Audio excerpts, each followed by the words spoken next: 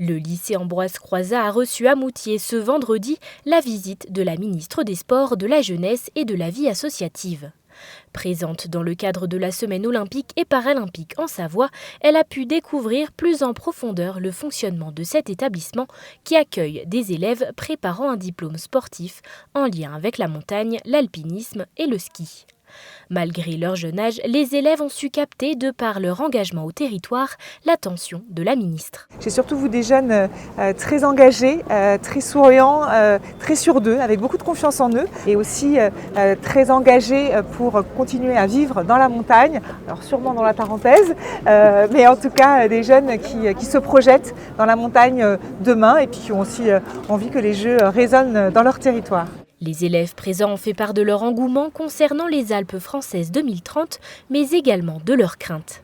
Celle d'un événement qui ne profiterait pas aux locaux et qui n'entrerait pas dans un modèle durable sur les plans économiques, touristiques et écologiques. C'est pour cela qu'ils souhaiteraient s'investir dans cette organisation.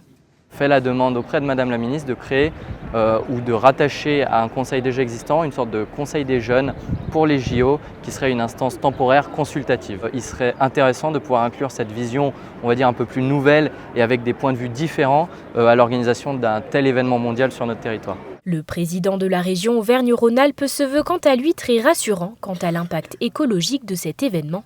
Ces Jeux de 2030 apporteront, selon lui, des éléments de réponse sur la montagne de demain. On est dans un moment de notre histoire qui fait qu'on fait les choses différemment.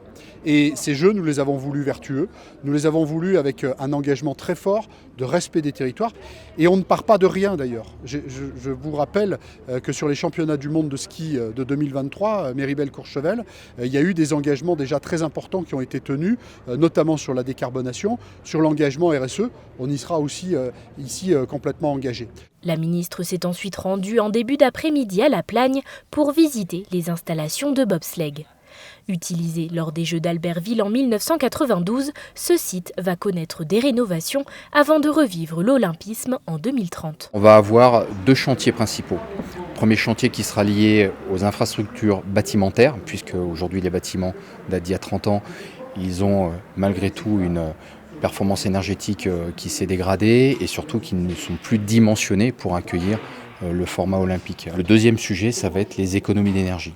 Les économies d'énergie, en fait, nous, c'est le nerf de la guerre. On va vraiment avoir une action très forte sur tout ce qui peut représenter des travaux qui nous permettent de dépenser, de consommer le moins d'énergie. Si pour l'heure la carte des sites n'est pas encore dévoilée, aucun doute ne plane sur la présence de cette piste de bobsleigh aux Alpes françaises 2030. Pour la suite, il faudra attendre le 23 juin prochain.